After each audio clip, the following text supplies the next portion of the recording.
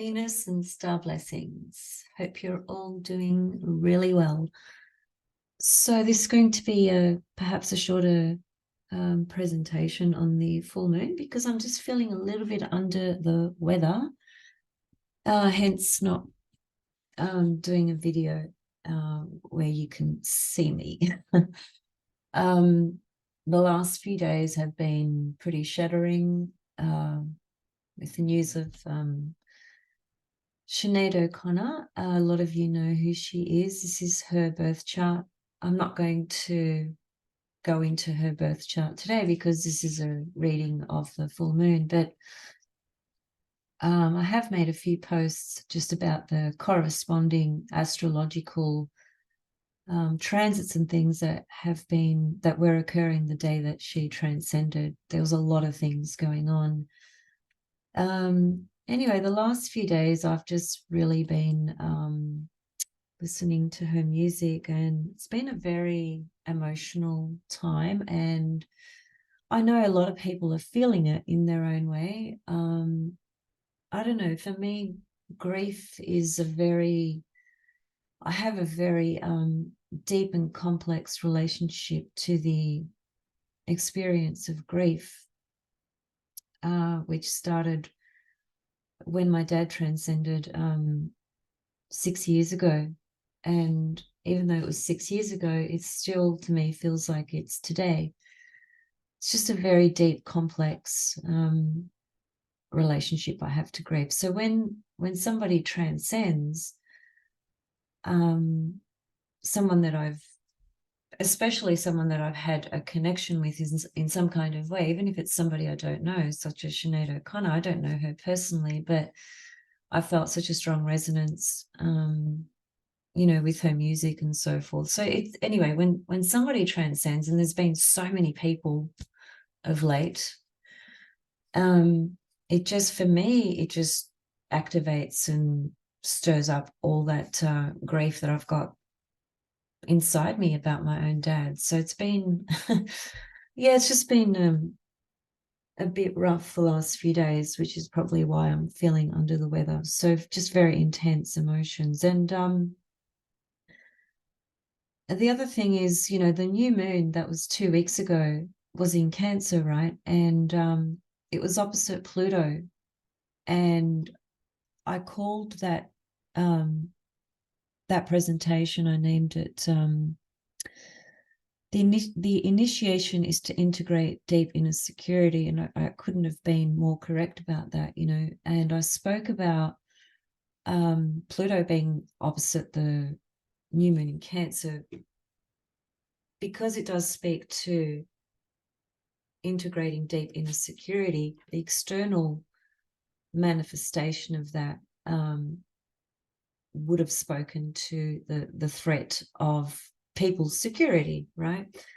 And namely the home, and it's uncanny that I spoke about all of that because since then, in Melbourne, Australia, where I'm currently based, there's been just a skyrocket of people's rent being increased by a lot, and that includes myself. And it threatened my security immediately because it's gone to a price that really I can't afford. It's really quite a lot. So I've been grappling with that as well, and having to figure out what I'm going to do. And so what I really wanted to do was move. And there's just a very big shortage of properties at the moment. So I'm kind of stuck here with a situation that is very difficult. So I don't like to disclose my personal circumstances, and I'm not asking for sympathy or anything like that. I'm just really bringing it up because it just speaks to the new moon in Cancer that started this cycle that we are looking at today. It started it 2 weeks ago. So every time we're looking at a full moon, we're looking at the halfway point of the sun-moon cycle, right? And the full moon is the halfway point. So whilst it is a full moon in Aquarius, which of course it is, and there's all these things going on which I'll unpack in a moment, it is also the point of clarity or illumination of what started, a couple of weeks ago, just in terms of the lunation cycle. Now, the lunation cycle, it's, one of the moon is the fastest moving body, as in a planetary body in the birth chart. So it represents a lot of different things, the divine feminine, the goddess, the mother, Mother Earth, Gaia, our own internal bodily clock and needs, emotional needs, and so on and so forth. So it represents a lot of different things, but just at a more, I suppose, technical astrological level, the moon is like a timer, literally like a clock, like this little timer in the background that just activates things, right? So I just wonder if any of you have had any experiences with the matter of home and security and things like that, because it's been quite big here in Melbourne. So it's not just me, it's everybody in Melbourne has had their rent go up by around about $100 a week. And that's a lot. That amounts to $400 a month extra, right, in people's rent. So it's a big thing, and a lot of people are struggling, including myself. So I would love to hear if any of you can relate to that, just from the point of view of that Cancer new moon, which was opposite Pluto. And I did say that Pluto always threatens the security of the moon. That's just what it does, and that's indeed what it did on a literal external level. So here we are with the moon, the full moon in Aquarius at 9 degrees. The major sort of aspects to it really are a square from Jupiter. So there's a T-square. There's the Sun-Moon opposition. We have a T-square from Jupiter. And I would say that Uranus is also involved in this T-square as well, although it's further on. So the closest body to the Sun-Moon opposition, the full moon, is Jupiter. And that's actually quite fortunate, because Jupiter is just, it's not a malefic planet. In fact, it's the greater benefic. So that's a bit hopeful. And also Uranus, I'm not too concerned about that being square this full moon either. In fact, both Uranus and Jupiter, they're both planets of freedom, actually. Freedom, opportunity, growth, just taking action, and the plans and goals and dreams and things that you have, things that you want to do. These two energies here really stimulate those sorts of things in a way, or from a place within you that is authentic, or more authentic, Uranus, and that also comes from a place of deep faith and deep confidence, Jupiter. And the moon is the exalted ruler of Taurus, right? Because, well, it is. But yeah, I was just going to say Jupiter and Uranus, both in Taurus, that's the moon's exalted sign. So there's a reception, a one-way reception. Well, actually, there's a two-way reception from Uranus to the moon. But the first one is one-way reception from Jupiter to the moon.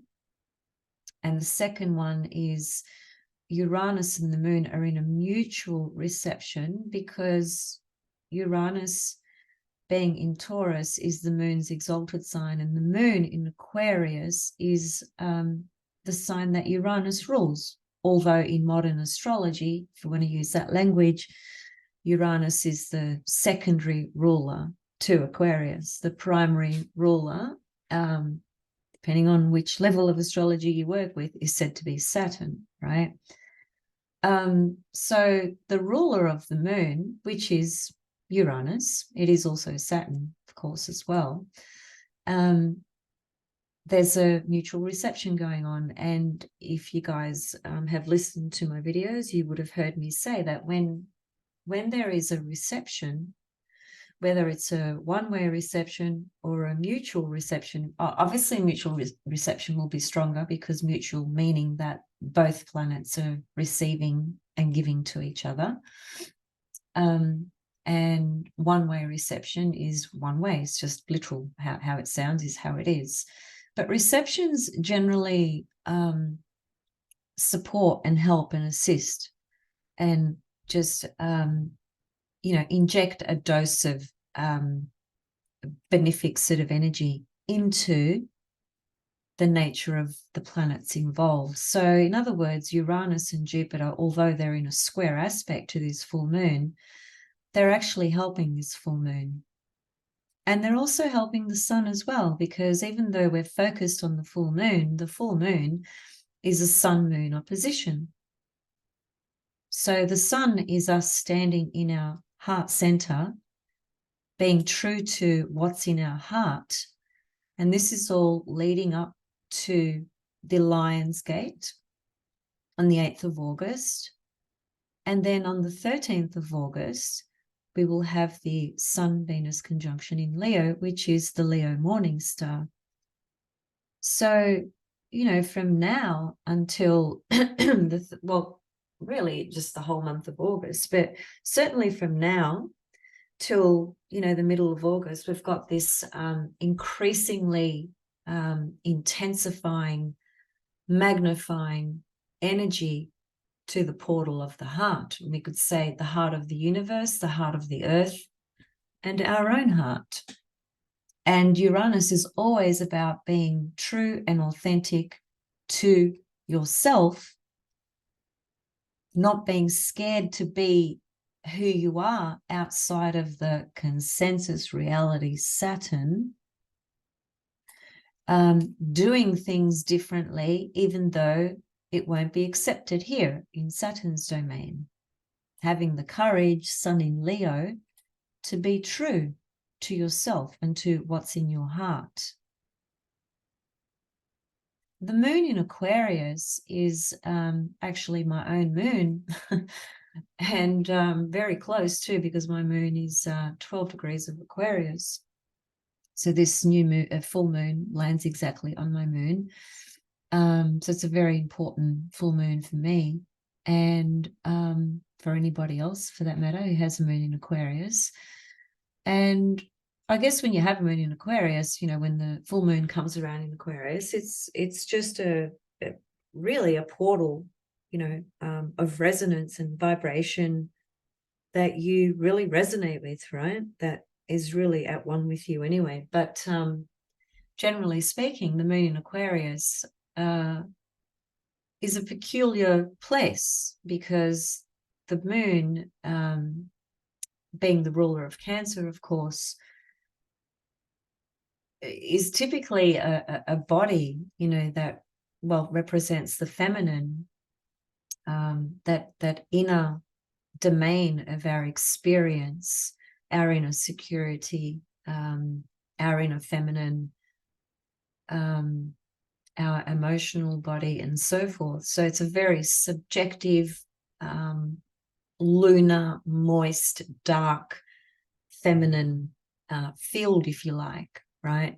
The moon, that is. And then you place it in a sign like Aquarius, which is masculine. It's a masculine sign ruled by Saturn and Uranus, and is a sign that has to do very much with being objective. The moon is a subjective body. So you can see just how odd it is to have a moon in Aquarius. But a lot of people have it neatly, and, we're always going to have a full moon or a new moon in Aquarius every year, right?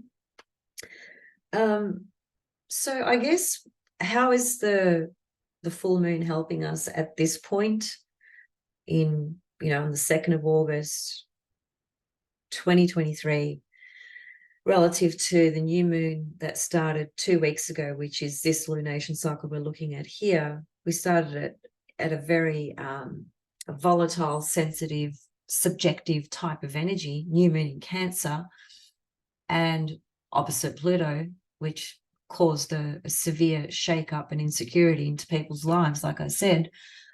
And 2 weeks later, we're at this point where we are, I guess we're seeing, we should be seeing a clearer picture of what started 2 weeks ago, or if you want to go into more long-term things, then you'd need to add, other layers. For instance, the Venus retrograde in Leo. We've had Mars opposite Saturn. Fortunately, that's moved away now. And I say fortunately because Mars, Saturn, well, they're the two malefics, right? Two malefics in any combination. I mean, certainly in a trine aspect or a sextile aspect, that the volume of the maleficness, if you like, is perhaps toned down a little bit, and you can integrate those energies in a more fluid manner, in a manner that feels more natural, more fluid, perhaps a little bit easier to do so. I've got a Mars trine Saturn in my own chart, actually, so I know that energy very, very well. But a hard aspect, such as an opposition, conjunction, or a square, when it comes to the two malefics, that's a hard energy. That's a hard portal. That's a real frustration, right? And it often speaks to delays. It speaks to needing to be patient, needing to just keep chipping away at what you are working on. And Mars in Virgo is certainly what we are working on. And that could be, obviously, it could connect to health matters, Mars in Virgo. But also just to our own level of self-improvement in our life. How are we improving on ourselves in our life and quality of our life, or the projects that we have at hand, or things that we want to work on, and so forth, right? And so anyway, the opposition to Saturn would have been a real frustrating point. And even though Mars is still opposite Saturn, it's moved away from being exactly opposite Saturn. So it's a separating opposition. So its power is decreasing, right? But what we do have is Mercury opposite Saturn in this full moon. And even though Mercury is not a malefic planet, Saturn is. And, at worst, a Mercury-Saturn opposition can be a very rigid sort of mental stance or outlook, not being able to sort of think outside of the box, or just being limited, in our own mindset, in our own perspectives, in our own thoughts, our own ideas, just maybe being too rigid, right? At best, it can be, the assistance in organizing our thoughts in such a way where we can get the best out of the Mercury in Virgo, which is its exalted and domicile position. So Mercury in Virgo has a lot of power, in other words. It's a very dignified place for Mercury.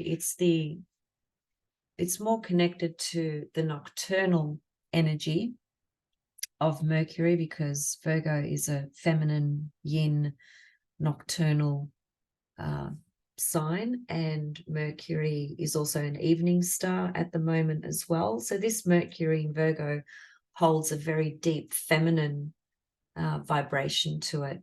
It has all those characteristics of Virgo relative to critical thinking, analysis, wanting to understand the why of this, the why of that, the mechanics of how and why things work in the way they do, and so forth, right? That's Mercury in Virgo. But the opposition to Saturn can be just a block or a limitation to certain things we are perceiving or thinking about at the moment. So just bear in mind that that is actually fully, completely active during the full moon, because they are both at 5 degrees. Saturn's at 5 Pisces and Mercury's at 5 Virgo.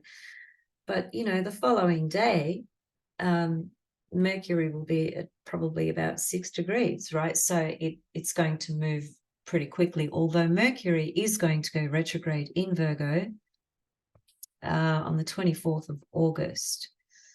And I don't know if I'll come back to talk about that separately, because I've got my classes starting on the 25th of August.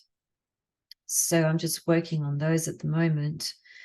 And for those of you that are not aware, I'm doing some online classes. It'll be 10-week blocks at a time. The first 10-week block starts on the 25th of August and will take us right through till the end of the year. It'll be 2 classes per month. And if you want to know more about that, curious, interested, etc., just send me an email and I can send you some information. It'll be an amazing online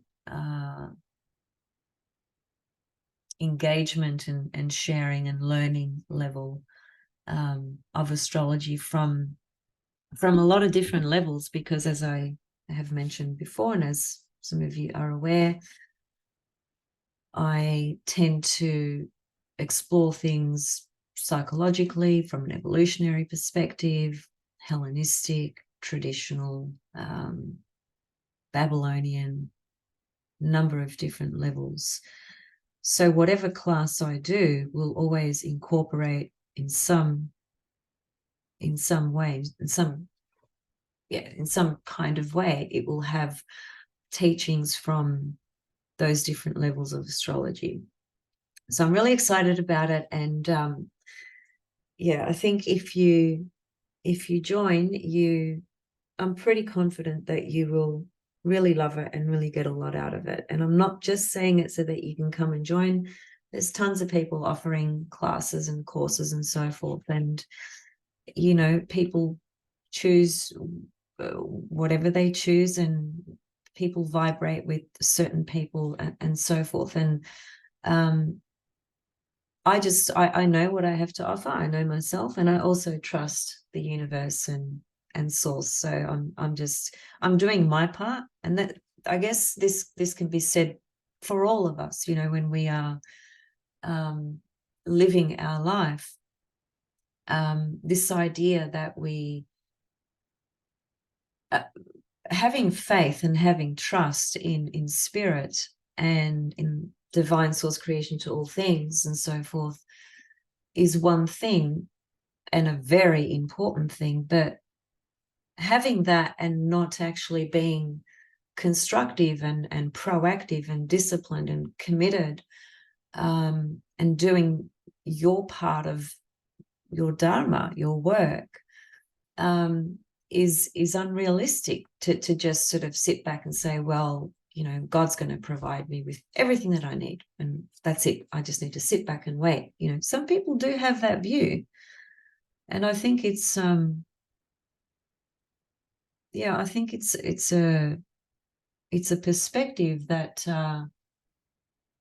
well, it's rooted in a lot of different things, but I won't bother saying what necessarily, but I think you can find yourself in a position where not much happens when you sort of opt for that stance, if you like.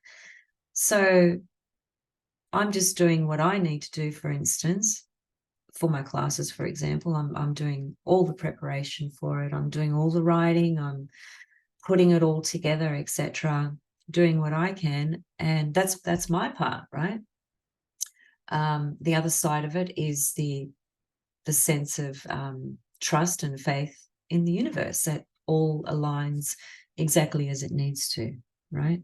And I'm just bringing this up because I think this is an important thing to Well, for me, it is anyway, an important thing to constantly be aware of, in touch with, in tune with, and working with, right? Just from the point of view of evolving and growing and developing, and being your own authority, right? For the script of your life, right? The script of your life is the script of your life, and that's what a birth chart shows. It shows the script of your life. And one thing I really love about the understanding and wisdom of the sacred teaching of astrology is when you understand the archetypes, the planets, and everything in between, you are more likely to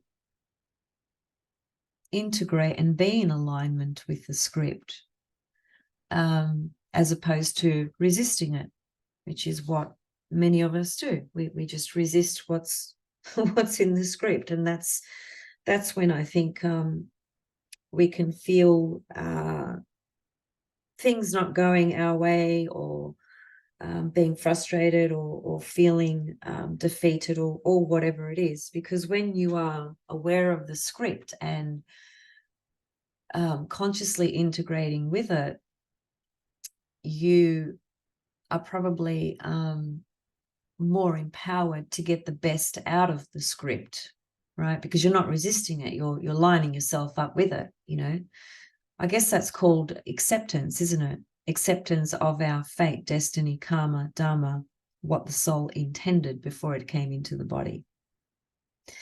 So any of those principles can also be thought of just from the point of view of looking at a full moon, for instance, you know, because the full moon is just going to act like a torch, a light onto the matters that are present in your life at the moment, and in the short term, certainly what was activated from 2 weeks ago. But as I was saying before, the moon in Aquarius, which is an odd position for the moon, because they're just two totally different energies, moon, Aquarius, you know. One, Aquarius is very detached, objective, non-emotional. Moon is complete opposite. It's subjective, emotional, sensitive. Aquarius is not insensitive. It may come across like that to some people because it's just so detached and so objective, right? Just not an emotional sign. So I think what presents for us here, especially with Jupiter and Uranus in the mix, which again, these two planets really have nothing to do with emotionality, as it were. They are planets of freedom, basically. But they are helping this moon, sun-moon opposition, helping in the illuminative, I don't even know if that's a word, illuminative. Perhaps it is, perhaps it isn't.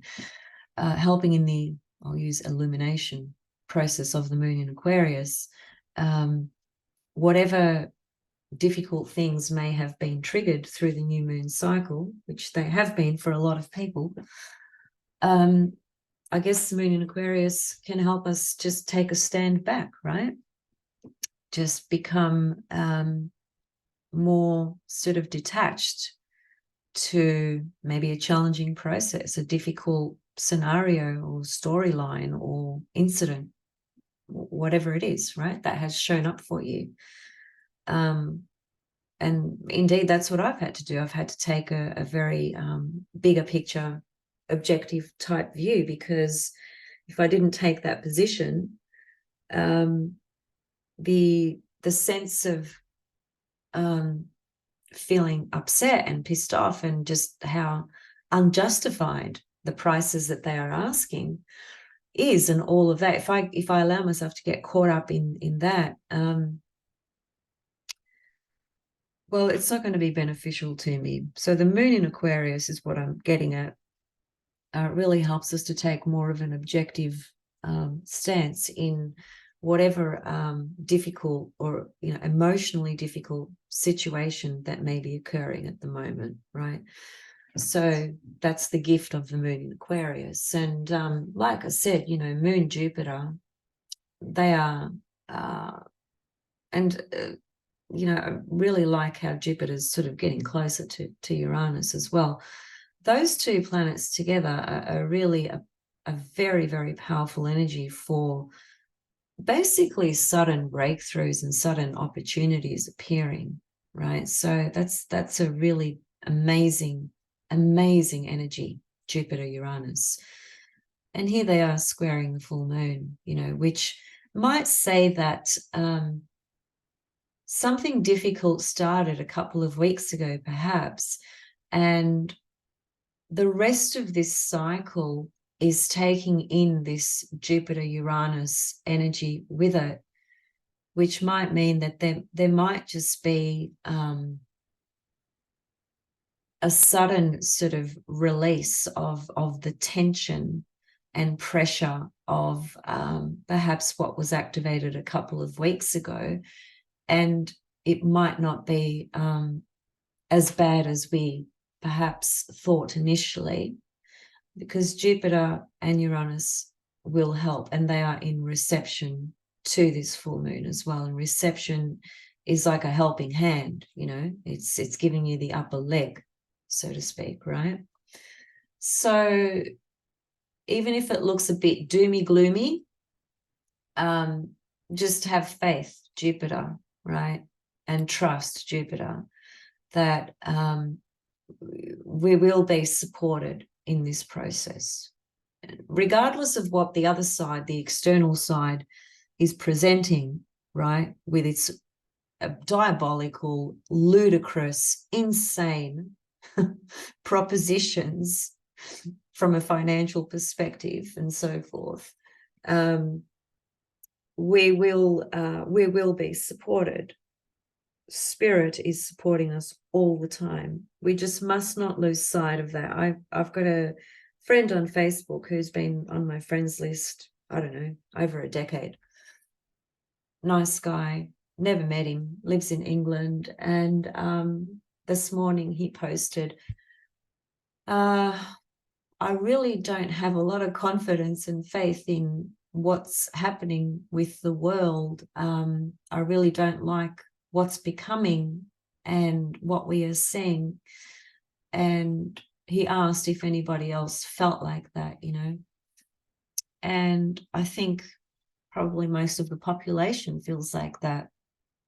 And I was when I saw that, I was reminded of yeah, you know, if we tune into that external appearance of things, the only thing it's going to do is perhaps take us into a stream of you know, disappointment, hopelessness, giving up, what's the point, you know, so on and so forth, right? And that's exactly what these, you know, certain systems and certain individuals and so on and so forth, to some extent that's part of the agenda, so to speak, right? Because if you've got a herd of sheep, you want to control them in a particular way. You've got to instill the fear in them, because if those sheep felt completely free, that they would just be off, you know, in the fields, jumping here, jumping there, going over this direction, going over that direction, doing whatever the hell they wanted, right? But that's, you know, that's not a Saturn way of doing things. So Saturn likes to keep a tight rein, as it were.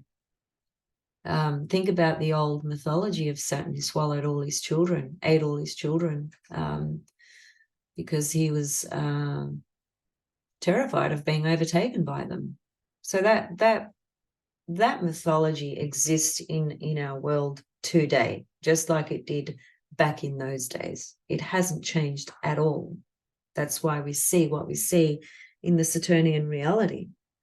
And with Pluto, you know, having gone back into Capricorn, and actually goes back into Capricorn for a while, and I think doesn't get back into like fully back into Aquarius before it, just never goes back into Capricorn again until it's late next year sometime, so we are at the final chapter, or not even chapter, we're at the final sort of last few pages of Pluto in Capricorn, right? Because of the destruction that's been happening to the archetype of Capricorn, Saturnian reality, there's a desperation to hold on to the measures of dictatorship, control, and so forth. And the only way you can do that is to create so much pressure in the psychology of humanity, to create so much fear and insecurity, right? To essentially get them to conform to what you want them to conform to. So this, this stuff's been going on forever anyway, right? But it's, as we know, it's completely escalated the last 3 years. So I did say not long ago that Pluto going back into Capricorn would probably create a pretty intense amplification on the final closure of Capricorn matters, which is all about the structure of this reality as it appears from the systems that dictate, to the world, right? So in other words, the increase in food, petrol, rent, this, that, the other, it's all part of it. It's all part of that picture. And I think we're just going to have to, well, first of all, have faith, right? But be wise, maybe apply some caution in certain ways to certain things. I mean, one thing about Uranus is that it can create a very impulsive, rash kind of impulsive reaction to things, right? Where in some cases, for some people, that might be a subsequent regret, because you might act impulsively on something where you just didn't really give it enough serious sort of thought, right? And the consequence to that impulse is not the result of what you wanted, right? On the other hand, because there's always a flip side, on the other hand, the Uranus energy creating, if you like, that impulsive reaction to something could be the very thing that helps you, just break the tension of something that needed to be broken, right? Whether that's something emotionally or psychological within you, or whether that relates to an actual physical external situation. So it can be both, or one or the other. It just depends on you and what's going on in your life, right? But overall, I much prefer this part of the cycle of the moon than the new moon in Cancer opposite Pluto. That was not very pleasant.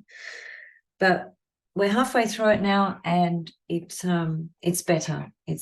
We're better placed. Because of these two guys here, Jupiter and Uranus in the picture. The other things that I wanted to quickly mention before I go, let me see. Oh yeah, with the Mercury opposite Neptune, opposite Saturn, as I said, that's only there for a couple of days, so you may find that, in those couple of days, there's some, might feel like someone's like working at cross purposes with the way you are thinking about a situation. Maybe they're blocking, it might feel like they're blocking what you're saying or your ideas, right? Just not having a bar of it, resisting it, just stopping you at your tracks, as it were, with your ideas or your communication or whatever it might be. But just keep in mind, this is only there for a few days, right? Well, at least for now, but yeah, let's just have a look at this. I didn't look this far ahead, but now that I've mentioned it, well, Mercury is going to go retrograde, as I said, 25th of August. So We're going to get Mercury. There it is there, right? Stationary retrograde. See how far back it goes. I want to see if it gets back to Saturn. No. Oops, hang on a minute.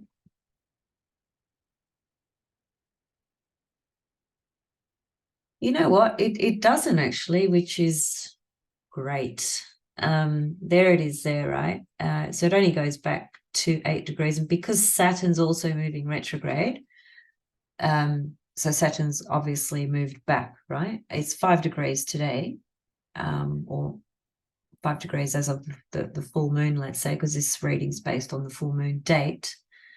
So, yeah, that's good. We don't need to worry about that. I would have... I wouldn't have liked Mercury going opposite Saturn again. So that's good news. Okay. So yeah, we're really only kind of looking at this Mercury Saturn opposition really at the full moon energy, and that's okay. We can work through that. It's just a day or two, right? Just keep that in mind if it comes up as a frustrating point. It might be negotiating something, because Mercury is negotiations, right? Can be contracts, verbal or written agreements and so forth. And the opposing party, which will be Saturn, maybe they're being very restricting and very limiting, right?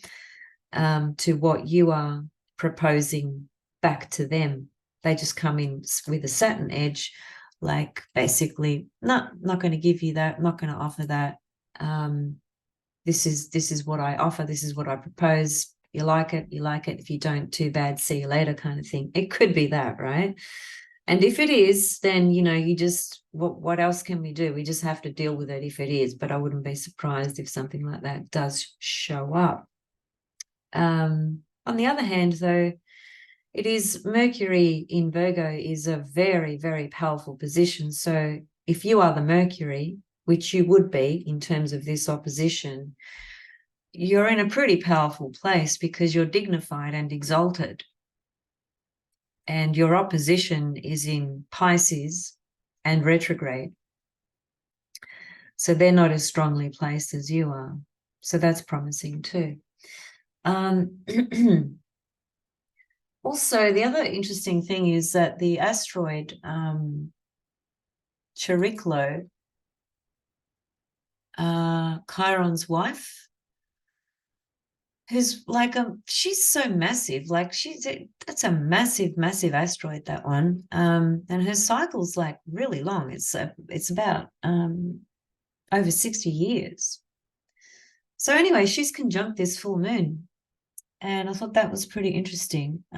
She entered Aquarius in 2021, and she was there with the Saturn-Pluto conjunction in Capricorn. So she's been quite a big player in these huge life cycles and transitions that have been going on the Earth. She's been a very important voice in all of that. And as I said, she entered Aquarius 2021. So she's now at 11 degrees of Aquarius. She'll be in Aquarius until 2028. And here she is conjunct the full moon. Now, she's an archetype that really helps in the process of when we are transitioning, right? Now, we can take that literally, as in transitioning out of our body into spirit world, or it can be transitioning out of certain chapters in our life, certain themes, certain life paths that are coming to a close for us, for whatever reason that may be. I know that I'm certainly coming to a lot of things that are ending in my life, and have been for a while now, because it's all connected to Pluto in the 12th house. And Pluto is he's just gone back into my 12th house. Thanks, Pluto. And will come back again on my ascendant, because my ascendant is very, very, it's 2 degrees of Aquarius, right? So I've been going through this death process for years, actually. And it's just been a very bizarre journey. Painful, bizarre, complex, deep, transformative. It's been everything, really. And Chariklo is actually, she's right on my moon, right? My moon's 12 degrees of Aquarius. So I'm feeling this this sort of grief mourning journey at the moment with just with certain things in my own life, right? So I'm feeling the impact of this Chariklo on the full moon very closely, very personally, because the Chariklo full moon transit mirrors exactly my own chart. I've got a moon in Aquarius and Chariklo is right on there, except I'm going to be experiencing it for a while, whereas collectively we're only experiencing this full moon on this day, the exactness of the full moon. However, the full moon phase does last for about 2.5 days. So the energy of Chariklo and the moon, to some extent is there for a couple of days. Still, that's nothing compared to weeks or months, right? So I just wonder collectively how this might speak to certain transitions in the world, namely women. Now, we've had Sinead O'Connor just recently transition. Now, it was on the 26th of July, so it's only a few days before this full moon, isn't it? So that's kind of interesting. The other way to think of Chariklo, of course, as well, is the reason she corresponds, by the way, to those deep transitional processes that we undergo, as I said, whether it's physically, spiritually, mentally, emotionally, is because Chiron lived for about 800 years, and she was by his side that whole time, right? And helped him, even though he was like one of the most powerful healers, one of the greatest healers, so talented, so skilled, he was unable to heal himself. And so she was part of that process and journey for him in those 800 years where he lived with the pain and wound. The first part of that wound is the rejection of his parents. His parents rejected him at birth. That's one thing that rarely gets mentioned. The main thing we hear about is the physical wound. But Chiron has this deep psychological, psychic, spiritual, emotional wound, which is all about the fear of rejection, not being included, not being a part of, being excluded. So Chariklo's process with his life journey over 800 years was to help him finally transition and transcend, which he did. He ultimately became the centaur, the constellation Sagittarius, right? That's what happened. That's how he was freed, and that connected to Jupiter and Uranus and so on and so forth. So that's why Chariklo connects to this process of transcendence in whatever level that may be. And she's a bit of a midwife type of figure as well. So that, you know, that's a role that somebody plays in helping. It is kind of a transitional process, but it's a birthing process as well. What does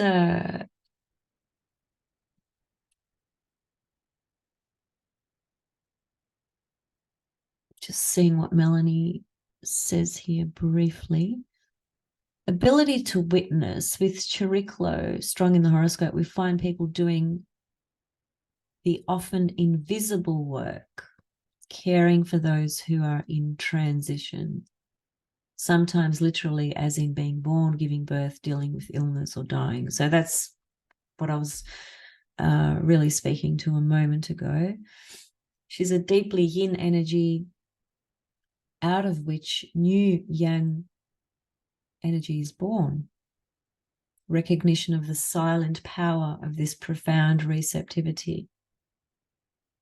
She represents compassion, devotion, discernment, presence, being dutiful, consistent, supportive, forbearing, kindly, and nurturing.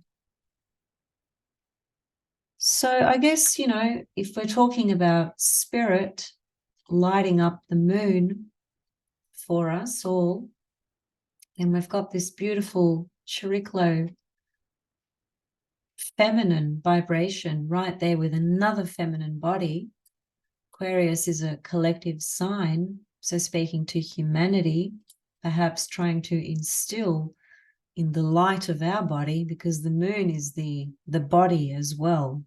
It's the emotional body, but it's the physical body as well. The moon is the container in which the body is held. So the light of the moon is the light of our body in a way. So perhaps on a spirit type level, Chariklo and the moon coming together is infusing or instilling this light within us that can bring about those the sense of feeling either compassionate towards others or feeling compassionate to ourselves, you know, being more nurturing and kind, supportive, whether that's to ourselves or to others and or both, really. But that's her vibration is right there. There's a very interesting thing going on. There's Vesta is trine the moon, Ceres is trine the moon. So we've got a grand air trine, and Chariklo is right here as well. So that's 1, 2, 3, 4 feminine bodies in a grand trine. I suppose that's the other big feature of this full moon. I know I left it to last, but never mind. And I guess there's two main takeaways with this. The first is that it's all feminine bodies, divine feminine energies. All of them. Chariklo, Moon, Vesta, Ceres. Ceres is the most difficult out of all of them. And the other factor is that they are all in air signs. So it's the air trinity. So given it's a grand trine, it is speaking to energies flowing and being in harmonious connection to each other. And the other thing about trines or grand trines is that they bring in an element of support. So there's a feminine support here. I guess we would think about it, and that's probably the opt word, think, because we're talking about air signs. We would think about it from that point of view of our mindset, our thought processes, our ideas, our communications, our networking, connecting with others, whether it's particularly women, whether it's group work with women, whether it's just the archetypal feminine energy within you, and that you can be a man as well. And obviously, you know, integrating these energies, it's not just for women, of course. But I think essentially that's just speaking to a divine feminine source of energy that's coming through to really support us in our perceptions, our ideas, and our thinking relative to the present and certainly towards the future as well. Now, air is not a difficult sort of quality, really, or element. It's really very much of the mind, you know, the freedom in our thought, the sharing of our ideas, the learning, the studying, the communicating, and so forth. I guess if there was a problem with the air element, it would be that we are too much in our headspace, and anxiety is actually an experience that we can associate with the air element. Because anxiety typically is, and I know many of you would have experienced anxiety. I certainly have. I still do sometimes. Anxiety is very linked to the thoughts, right? The thought processes and so forth. So, but I don't see that as being a theme here, because these elements are all in harmonious relationship to one another. That is, these divine feminine bodies are all there. But you can sort of think about it like the moon is talking to Vesta. Vesta is talking to Ceres. Ceres is talking to the moon. Chariklo is talking to the moon, so on and so forth. They're all talking to each other, and they're all, it's kind of, it's beautiful, actually. There's a beautiful painting of the 9 muses. I don't know who it's by or what it's called. I've just forgotten, but look it up. It's a beautiful image of women in nature somewhere, and they're all just wearing these white flowing feminine goddess type dresses or something, and they're holding hands and just sort of dancing. When I think of that image, that's what I see here with Moon, Chariklo, Vesta, and Ceres. I see these beautiful priestesses, goddesses. You know, Ceres is Mother Earth. It's Gaia. It's what feeds us, what nurtures us, right? And so is the moon, for that matter. You know, it's what feeds us, what nurtures us, what gives us that sense of security. So we've got these beautiful divine feminine women all holding hands, walking together, supporting each other, helping each other, in alignment, integrating, on the same page, you know, working in oneness. So it's pretty beautiful, actually.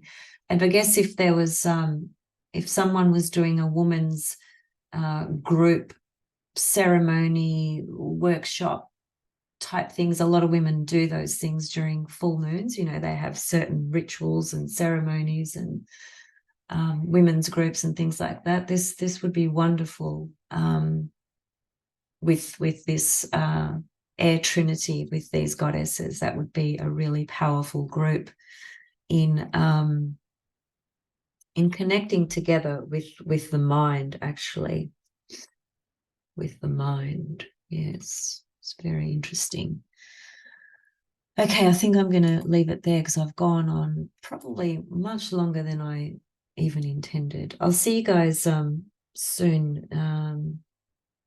Once again, just reach out, email me if you want to join my classes. I'd love to hear from you, love to have you on board, whether you're new to my channel, whether you've been following me for a while.